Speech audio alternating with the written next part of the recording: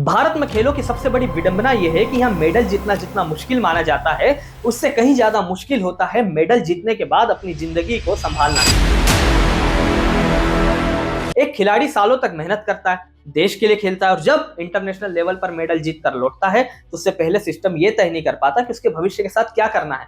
झारखंड की अनुकुमारी चाइना से मेडल जीत कर लौटी, सरकार की तरफ से 5 लाख रुपए का कैश प्राइज और गवर्नमेंट जॉब की बात कही गई थी, लेकिन आज भी कैश प्राइज प्रक्रिया में अटका है और नौकरी फाइलों में घूम रही है। दूसरी तरफ पंजाब के दीपक कुमार है, जिन्होंने नेशनल और स्टेट लेवल पर 20 से ज्यादा मेडल जीते, लेकिन आज अपना गुजारा करने के लिए गन्ने का जूस बेच रहे हैं। मेडल गले में है लेकिन सिस्टम में जगह नहीं। यहाँ सवाल टैलेंट का नहीं, सिस्टम की समझ का है। सरकार बार बार कहती है कि खेलों को बढ़ावा दिया जा रहा है, लेकिन जमीनी हकीकत ज्यादातर भाषणों और पोस्टरों तक ही सीमित रह जाती है। अगर सच में बदलाव चाहिए तो चाइना के मॉडल को समझना पड़ेगा, जहां लगभग 3000 स्पोर्ट्स डेडिकेटेड स्कूल से टैलेंट को बचपन से ही पहचान कर तैयार किया जाता है।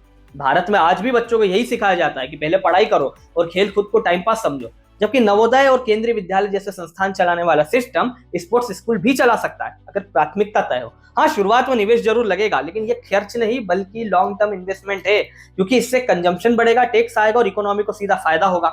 ज्यादा स्पोर्ट्स पर्सन होने का मतलब सिर्फ ज्यादा मेडल नहीं, बल्कि ज्यादा एक्टिव और एनर्जेटिक वर्क फोर्स भी है, जो किसी भी देश की जीडीपी को तेजी से आगे बढ़ाती है। इसके बावजूद भारत में खिलाड़ियों को सही रिवार्ड देने से झिझक दिखाई देती है, जबकि चाइना जैसे देश मेडल जीतने वालों को लाइफ टाइम सुविधाएं भी देते हैं।